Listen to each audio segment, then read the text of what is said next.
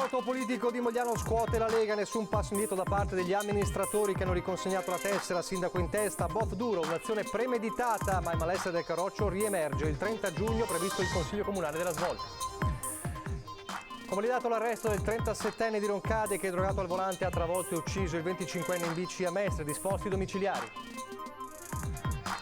Autonomia a Roma, il faccia a faccia tra i governatori del Nord e il ministro Gelmini. Pressing di Zaia su Draghi, si faccia garante della legge quadro, i tempi sono stretti.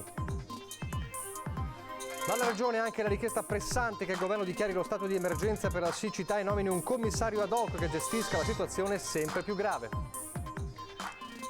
Superbonus 110%, nasce la piattaforma della Camera di Commercio a disposizione di cittadini e imprese per evitare di pagare di tasca propria buona parte dei costi dei lavori eseguiti. In via Sant'Antonino a Treviso, negozianti e residenti ancora increduli per il salvataggio della bimba di 4 anni che è caduta dal balcone è stata afferrata al volo da un passante. Una serie di coincidenze che hanno sancito il lieto fine. Rush finale verso i ballottaggi, si vota domenica dalle 7 alle 23 a Verona. Jesolo, Feltre Tiene e Antenna 3 seguirà in diretta gli attesissimi risultati con una puntata speciale di Ring dalle 21:15. Esame di maturità, oggi la prima prova scritta per quasi 8.000 studenti trevigiani, tra le tracce dei temi pascoli, l'odio razziale, il Covid, i social network, viaggio tra i ragazzi fra emozione e ritorno alla normalità.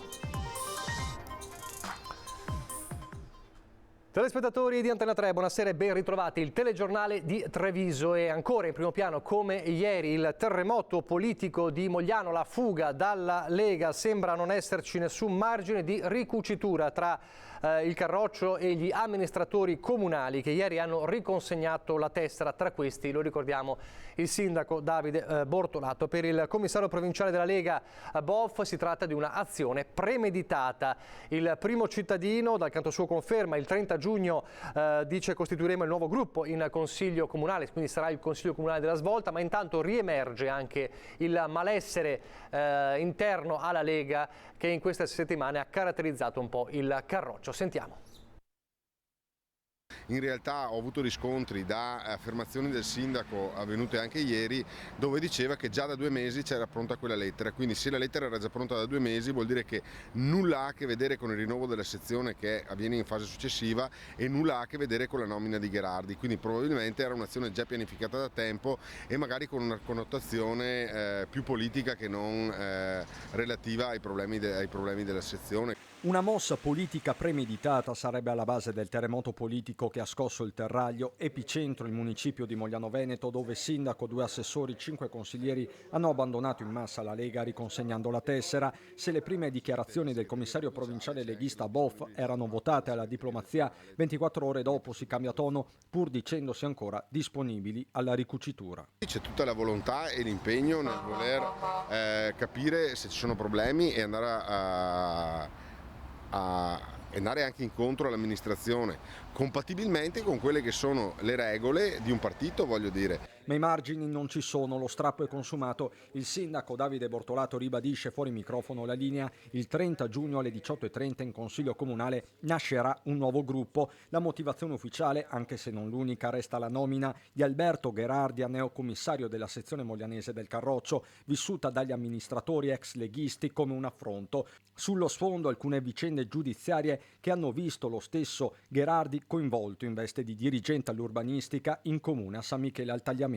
Andiamo a vedere il casellario giudiziario, non risulta nessuna condanna a carico di Gherardi, che dopo sia in fase di accertamento una vicenda che è successa a moltissimi tecnici, voglio dire, che sono trovati implicati. La scelta di Gherardi è stata semplicemente molto semplice e banale, perché era l'ultimo segretario eletto democraticamente della sezione, per cui c'era da fare questa fase transitoria. Ero sicuro che fosse persona che conoscesse benissimo tutti i militanti della sezione eccetera, era tra l'altro stato l'ultimo segretario, per cui è stata una cosa, voglio dire, più che altro tecnica, ma non c'è nessuna visione politica. Lo stesso per Boff vale per l'ex assessore Carlo Albanese, accusato di aver diffamato sui social tramite un profilo fake un consigliere di minoranza, per questo dimissionario nel marzo 2020. Al di là dei casi specifici, resta una Lega in forte difficoltà dove le voci dissidenti si moltiplicano. Basti pensare all'europarlamentare trevigiano Gian Antonio Darè, sulla cui testa pende sempre l'espulsione dal partito per aver più volte criticato Salvini, ma sono in molti a perdere i freni inibitori, così il consigliere regionale Fabrizio Boron. gli sfoghi sulla stampa, ma non è una questione di Lega, avviene nel Partito Democratico, avviene in qualsiasi partito, solitamente succedono quando all'interno del partito non c'è un luogo dove discutere. Se commissari tutto, se tieni chiuso tutto, se non fai congressi, non fai riunioni, non crei una situazione e un luogo di dibattito e discussione di scelte, è normale che prima o poi la corda si spezzi. Mentre lo scontro interno si balcanizza, l'opposizione attacca e trova facile terreno. Chiediamo che vengano fuori le reali motivazioni della rottura, innanzitutto, ma soprattutto chiediamo anche che ci sia una garanzia da parte di questa maggioranza sulla loro tenuta, perché Mogliano ha bisogno di essere amministrata. E intanto i moglianesi sono molti spaesati da questa vicenda, ma tanti stanno anche con il sindaco. Posso dirle una cosa, l'ho restituita anch'io da molto tempo. Ero iscritta alla Lega e l'ho restituita. Mi ha profondamente deluso. Quindi uno deve essere coerente, dice? Secondo me sì, bisogna essere coerenti. Con il culo su tante sedie non si sta, perché alla fine si fa col culo per terra. E mi fa piacere che anche il sindaco si sia reso conto, perché io l'ho votato questo sindaco. Sono stata una di quelle che l'ha votato, però non si può. Si vede che non è della linea di Salvini, si vede. Lui è un'altra Lega, sarà una Liga Veneta, vera no? No, della Lega di Salvini, che ha fatto bene. Salvini conta solo che va da una vita. E se ora che basta, no. A Mogliano i cittadini sembrano stare dalla parte del loro sindaco più che di un partito che sembra aver perso aderenza con il territorio. Questa è la critica generalizzata alla Lega nel giorno in cui si commenta la mossa shock di mezza giunta, ammutinamento che fa discutere anche a livello nazionale con i partiti in attesa dell'esito dei ballottaggi, quanto un primo cittadino, dicono un po' tutti, si giudica più sui temi concreti. Penso che il sindaco Bortolato per me è stato eccezionale. Ha mantenuto quello che aveva promesso, ad esempio, a caso mio, mi ha asfaltato la via, niente da dire, è stato di parola. Grande Bortolato. Avrà avuto i suoi buoni motivi, si vede che non l'aveva supportato e probabilmente ha deciso così. Sorpreso, non sapevo che ci fosse problemi all'interno evidentemente della Lega. Penso che ha fatto bene, perché la Lega per me è tutta si può dire, un partito che non mi piace tanto. Prima quando c'era Carola per me era meglio. E anche quello lì doveva essere più leali, cominciando dal signor Salvini che non bisogna ancora a fare qualcosa.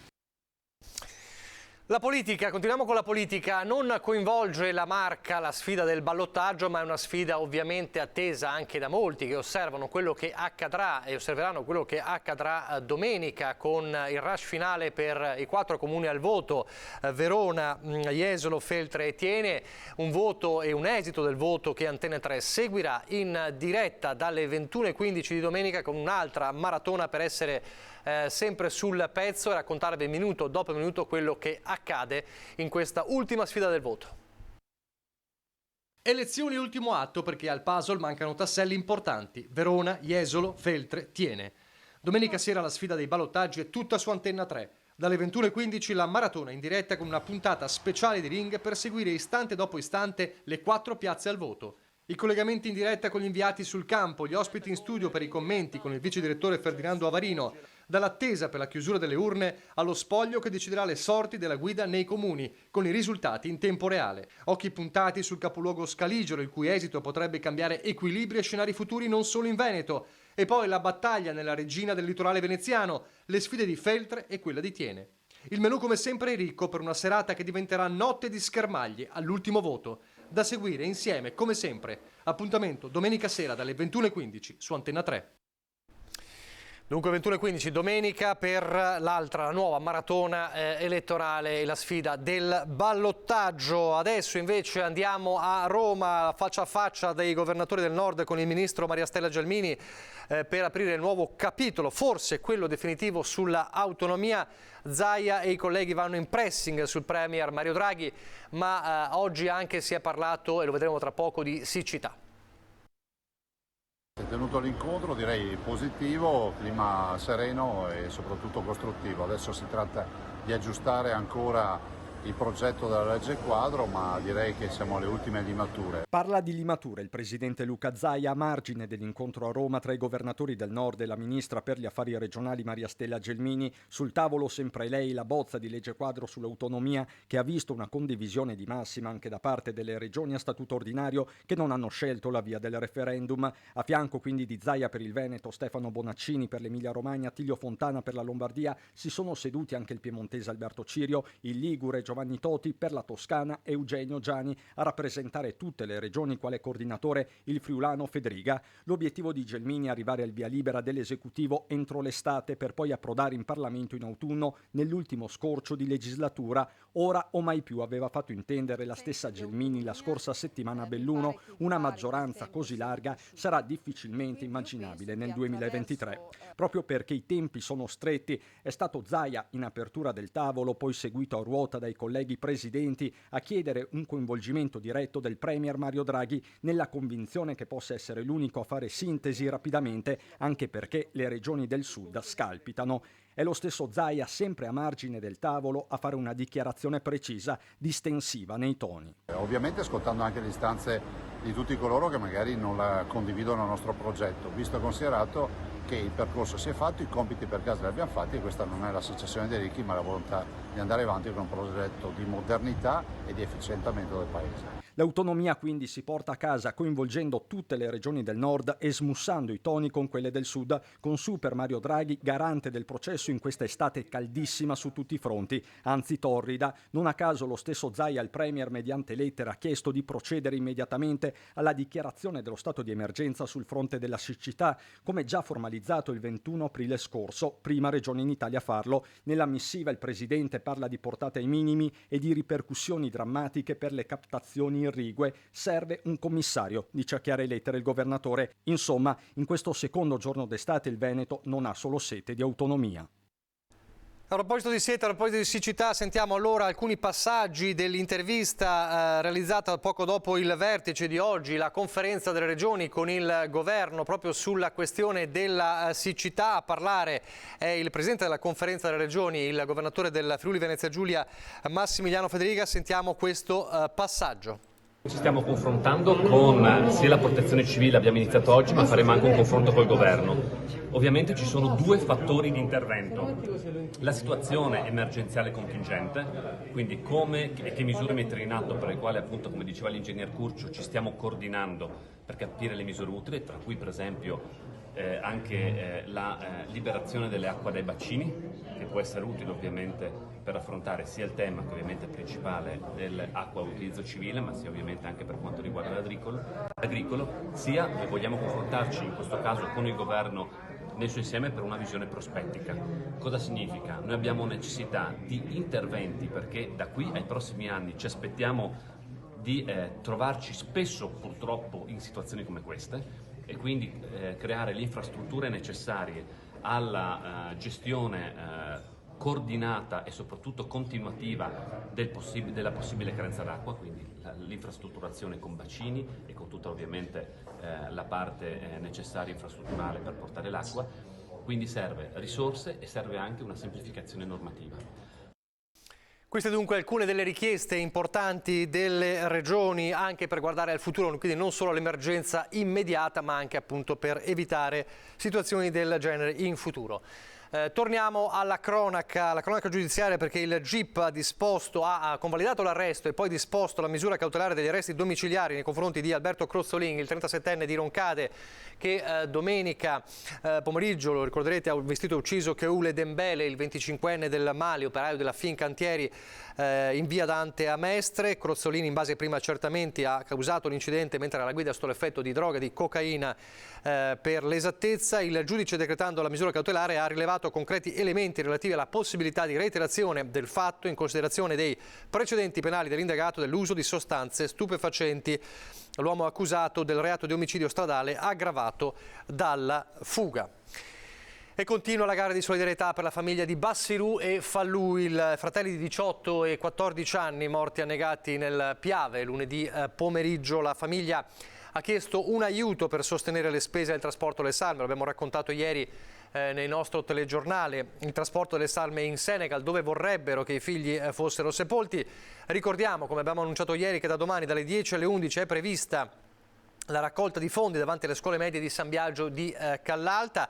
Anche il comune si sta attivando, mentre oggi è stata aperta una piattaforma di crowdfunding, un'altra raccolta di fondi dal Centro Edilizia di Treviso in collaborazione con Centro Marca Banca. Il 18enne Bassirù, infatti, il più grande, doveva iniziare il tirocinio formativo estivo per rafforzare le sue competenze in ambito edile. Un'impresa aveva deciso di proporgli un periodo di esperienza retribuita in azienda nel periodo estivo, prima appunto di riprendere a settembre la frequenza scolastica per affrontare il terzo anno di studi e conseguire la qualifica professionale. Il famoso primo giorno di lavoro che doveva essere proprio oggi per il povero 18enne. Dunque si moltiplica la gara solidale per la famiglia dei due ragazzini purtroppo morti annegati nel Piave. Lasciamo la cronaca e parliamo del superbonus 110%, la giungla del superbonus 110%. Nasce una piattaforma della Camera di Commercio a disposizione di cittadini e delle imprese per evitare di pagare di tasca propria buona parte dei costi dei lavori eseguiti. Sentite. La piattaforma è a disposizione di cittadini ed imprese e consente un mercato libero. In pratica, se un cittadino ha un credito nei confronti dello Stato per un lavoro fatto grazie principalmente al bonus 110, lo può mettere nella piattaforma e dall'altra parte trovare un acquirente che acquista il prezzo che decide il venditore. Se io ho 10.000 euro di credito, posso metterlo a 8.000, 8.500, se dall'altra parte trovo un creditore che acquista questo credito, posso avere subito la mia liquidità e nello stesso tempo quell'acquirente può pagare le tasse che deve nei confronti dello Stato in maniera diretta. Un modo semplice per non rischiare di pagare di tasca propria buona parte dei lavori eseguiti e soprattutto bypassando le poste, bypassando il sistema bancario, il sistema assicurativo. Cioè è un contatto diretto sostanzialmente tra il cittadino che fa i lavori a casa sua e chi acquista questo credito d'imposta, che può compensarlo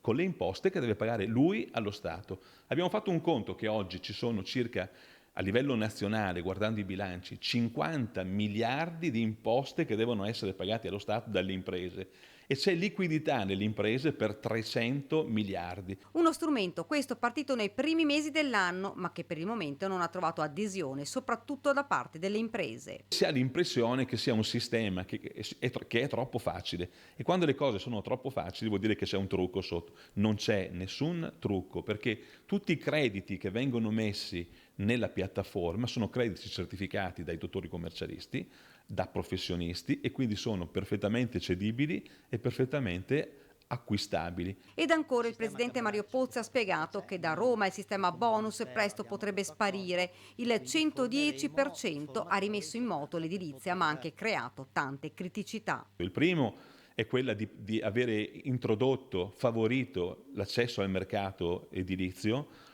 di imprese che si sono inventate. Noi ne abbiamo classificate circa 140 nella provincia trevisana, imprese nate dal nulla. Non solo, ma i prezzi di alcuni materiali sono schizzati alle stelle in poco tempo e questo ha creato danni al mercato.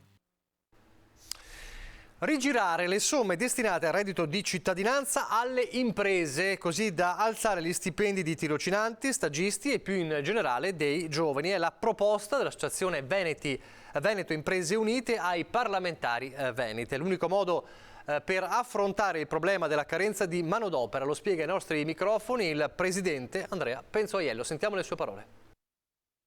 E ci troviamo oggi ad avere appunto una carenza di personale qualificato ormai in tutti i settori e soprattutto una difficoltà a reperire personale, e questo è indubbio va anche messo un po' in causa al reddito di cittadinanza, che soprattutto in certi territori dà spesso un alibi troppo goloso per poter portare a casa qualcosa senza faticare realmente. Per questo motivo la nostra provocazione, ma neanche troppo, è quella di rigirare l'importo del reddito di cittadinanza nelle aziende perché lo investano in quei lavoratori che assumono a stage per permetterli poi in un percorso di formazione. In questa maniera noi cerchiamo di risolvere due problemi, perché c'è un altro problema che è denunciato e che è reale e spesso ci si nasconde dietro un dito per cercare di non vederlo, ovvero quello che molte aziende sfruttano gli stagisti in maniera appunto a volte anche disumana, per dargli poi sì e no 400 euro al mese, e molte aziende non investono poi però nella formazione necessaria a fargli raggiungere poi un traguardo dopo 6 mesi che gli permetta di avere un lavoro reale. Quindi noi cerchiamo di mettere assieme questi due problemi con un'unica soluzione. Il gap dai 450 euro dello stage ai 1300 euro di uno stipendio onesto che metta voglia al giovane poi di lavorare lo destinerà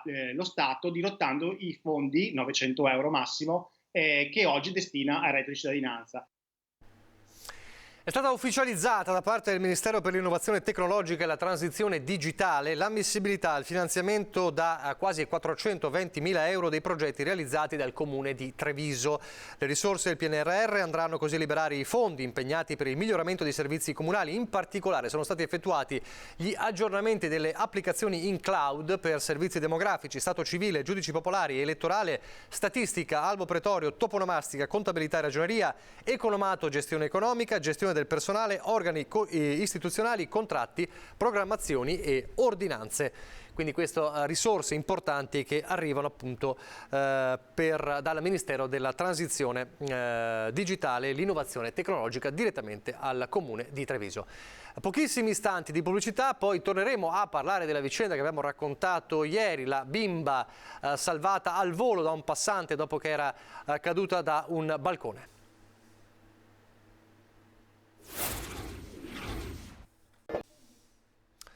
Rieccoci in diretta, il telegiornale di Treviso. Allora ritorniamo a parlare di via Sant'Antonino, di quello che è accaduto, cioè il salvataggio di questa bimba di 4 anni caduta dal balcone e letteralmente afferrata da un passante che si trovava a passare proprio in quel momento sotto quel balcone. L'abbiamo raccontato ieri, ma oggi in quella strada tra i negozianti e i residenti c'è ancora incredulità, una incredibile serie di coincidenze fortunate che ha sancito davvero il lieto fine.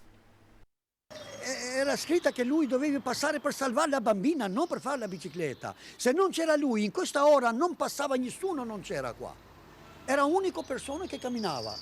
Al momento giusto, nel posto giusto, per Arben Cipi, titolare del negozio di biciclette, quello che è accaduto non sembra una coincidenza. In zona lo chiamano già il miracolo di Sant'Antonino e non è difficile capire perché. Una bambina di 4 anni che cade dal balcone a 8 metri d'altezza e viene afferrata al volo da un giovane che poco prima nel suo negozio gli aveva chiesto di riparare una foratura. Mezz'ora di tempo per il lavoro. Il giovane ha deciso allora di andare a prendere un caffè. Il momento che lui è uscito da qua, sentiva la ragazza che urlava, la bambina. La piccola, approfittando della svista della babysitter, era andata nel poggiolo con il tablet dei genitori, salendo forse sopra il ventilatore dell'aria condizionata. L'iPad le è scivolato di mano cadendo nel vuoto, il gesto istintivo per cercare di prenderlo e la perdita di equilibrio. Proprio in quel momento il giovane ha sentito le urla disperate. La bambina era solo su una mano sulla ringhiera e urlava, piangeva. Lui correva subito e il momento che la ragazza non aveva più forza, si è staccata, lui è saltato in aria a prenderla e mi ha detto che la prenda da un braccio e aveva paura che ha fatto male sul braccio, però niente di che lui è caduto con la bambina in petto dopo. La bambina non ha fatto proprio male, niente. E così mi ha raccontato lui, poi lui era tutto scioccato, non vedeva niente più, anche qua, quando è venuto qua, che mi ha raccontato, tremava tutto. Lui ha fatto un miracolo. È un miracolo, sì. Per Dio è un miracolo proprio. La vicina che abita nello stesso condominio, la bambina la vede quasi ogni giorno. Sì, la conosco, la adoro proprio, perché sempre sorride. È una bimba vivace, una bimba proprio neanche non si ricorda chi ha fatto questo giro. La signora ha parlato anche con la madre della bimba, è felice e incredula. Se non era per quel ragazzo, la sua piccola poteva non essere più con lei. Sì, poverina, fino adesso che si sente malissimo. In quartiere nel frattempo la notizia emoziona ed è iniziata una specie di caccia all'angelo. Il ragazzo tra i 25 e i 28 anni ha parlato con il SUEM, è intervenuto sul posto, ha detto di non sentirsi un eroe, per più di qualcuno invece dovrebbe essere premiato per il suo gesto. Ho letto che non si sa ancora chi è, ma questo deve essere premiato pubblicamente, sicuramente. Adesso parliamo della maturità, il gran giorno è arrivato oggi dunque con la prima prova scritta, il tema tra le tracce Pascoli, le leggi razziali, il Covid ma non la guerra e poi i social network, il web, queste le tracce, ma sentiamo anche la voce degli studenti e le loro emozioni. Com'è andata? Bene dai, tutto bene. Esame difficile? No, avevo più idee del solito. Traccia scelta? B1, che era sulle discriminazioni razziali. Io ho scelto la traccia sui social media, l'ho trovata più facile, avevamo già fatto una simulazione in classe, però l'ho trovata più facile questa. Al via gli esami di maturità 2022 che dopo 2 anni di soli orali tornano con la prima prova scritta. La notizia che sarebbero tornati gli iscritti ha inizialmente scioccato gli studenti, nessuno se lo aspettava. È stato un po' traumatico, diciamo, non ce l'aspettavamo, però alla fine è bello tornare alla normalità. Il problema è stato che ce l'hanno detto forse un po' tardi. Primo quadrimestre non si sapeva ancora com'era questo esame. L'anno scorso abbiamo fatto una settimana a scuola, una settimana in DAD quasi tutto l'anno, più o meno a partire da novembre mi pare, e quindi abbiamo perso molto tempo col programma. Avrei preferito per quello fare gli esami in DAD. E l'esame in presenza è stato, a mio avviso, abbastanza tosto perché non eravamo più abituati, insomma, anche dopo 2 anni di esame fatto in DAD a distanza è stato un po' difficile. Però dai, è andata, penso, bene, comunque le tracce offrivano buoni spunti di riflessione e anche di analisi dei testi. No, pensavo molto peggio, invece sono stati tutti molto gentili, anche i professori ci hanno messo a nostro agio, soprattutto dopo 2 anni passati chiusi in casa, è stato tutto molto semplice e anche le tracce erano carine, diciamo. Io ho scelto la traccia C, che trattava della tematica del Covid, perché penso non sia banale riparlare di questa tematica, perché siamo stati molto bravi a superarla. E domani altro scritto? Domani altro scritto di inglese e speriamo bene anche per quello, dai. Domani latino sarà un po' più tosta, però ci siamo preparati per questo e speriamo che vada bene, ecco. Noi invece andiamo nel bellunese.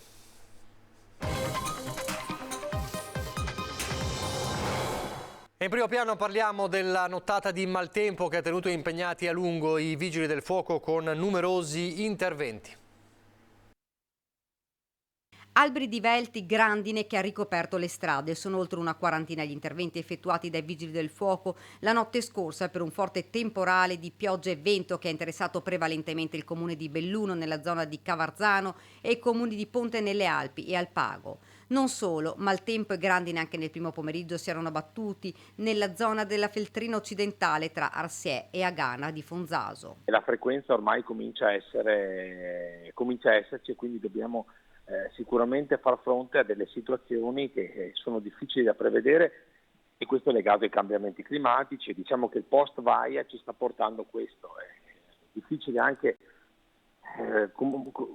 attuare dei comportamenti di prevenzione in questo senso, perché si ha la difficile percezione di quello che può accadere. I vigili del fuoco, con 23 operatori tra personale permanente e volontario della sede di Belluno, Longarone e Alpago, con 7 automezzi, hanno girato tutta la notte fino a questa mattina per liberare le sedi stradali dagli alberi sradicati dal forte vento e mettere in sicurezza strade, abitazioni e vie. Si sono registrati, a causa delle raffiche di vento, anche 2 scoperchiamenti delle coperture di abitazioni. Non solo, ma nella zona di Cavarzano è stata interrotta anche la fornitura di energia elettrica per la caduta di alcuni rami sulla linea elettrica di bassa tensione. L'unica cosa che possiamo dire è che fare attenzione, soprattutto quando ci sono delle previsioni di questi temporali, far sì che non ci si muova e si resti in casa il più possibile. Questo mi sento in questo momento di dire ai cittadini bellunesi. L'ondata di maltempo ha avuto conseguenze anche sulla circolazione ferroviaria a Ponte nelle Alpi. Sulla linea Belluno-Ponte nelle Alpi-Calalzo-Conegliano il traffico ferroviario è stato sospeso fino alle 9 di questa mattina.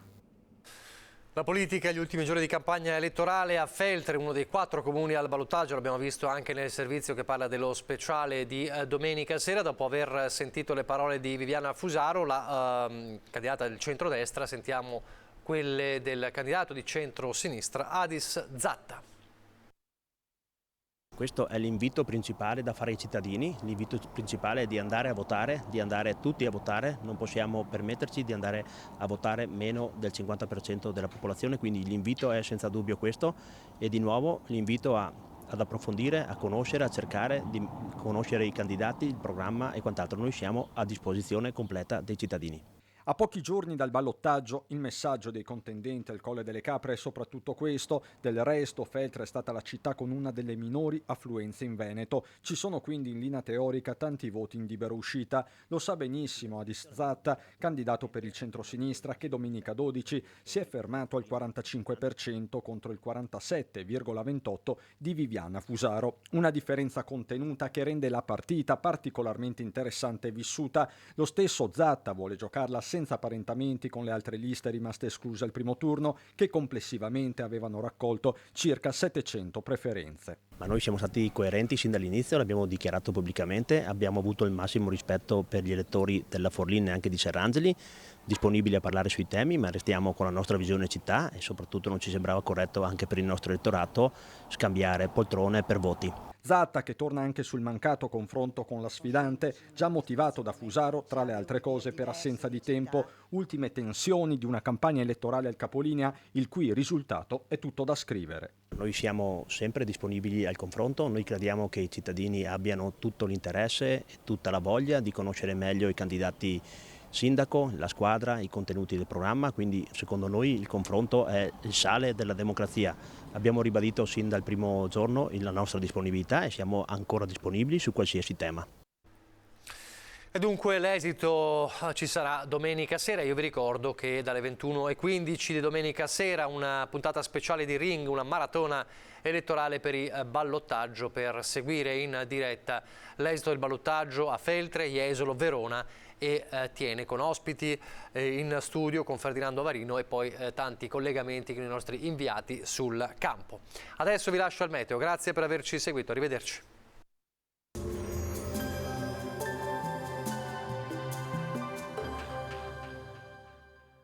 Da oltre 40 anni Bacifrutta c'è per te. La qualità e il risparmio Bacifrutta c'è per te. Selezioniamo il prodotto, Bacifrutta c'è per te. Benvenuti al meteo. L'anticiclone subtropicale africano continuerà ad estendersi verso le nostre latitudini, almeno fino a sabato, eccetto temporanei cedimenti in quota. Giovedì 23 giugno ancora bel tempo e afa. Vediamo insieme il dettaglio. Sul Veneto sarà soleggiato con cielo sereno, al massimo poco nuvoloso. Tuttavia dal pomeriggio e in serata avremo locali acquazzoni in montagna, possibili fin verso la pedemontana trevigiano-vicentina e le zone limitrofe, più le prealpi veronesi. Per il resto piogge assenti.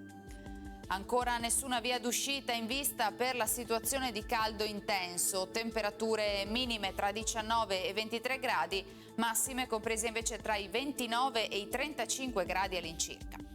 Spostiamoci ora sul Friuli Venezia Giulia, anche qui tanto sole, cielo da poco nuvoloso a variabile con possibili locali rovesci verso sera sui rilievi. Temperature minime sui 20-25 gradi, massime sui 32-33 all'incirca. Infine diamo uno sguardo al Trentino Alto Adige, anche qui il tempo sarà in prevalenza soleggiato come vediamo, salvo la presenza di nubi basse al primo mattino. Temperature minime sui 18 gradi, massime intorno ai 33-34 gradi all'incirca. Dal meteo di Antenna 3 per ora è tutto, grazie per l'attenzione, arrivederci.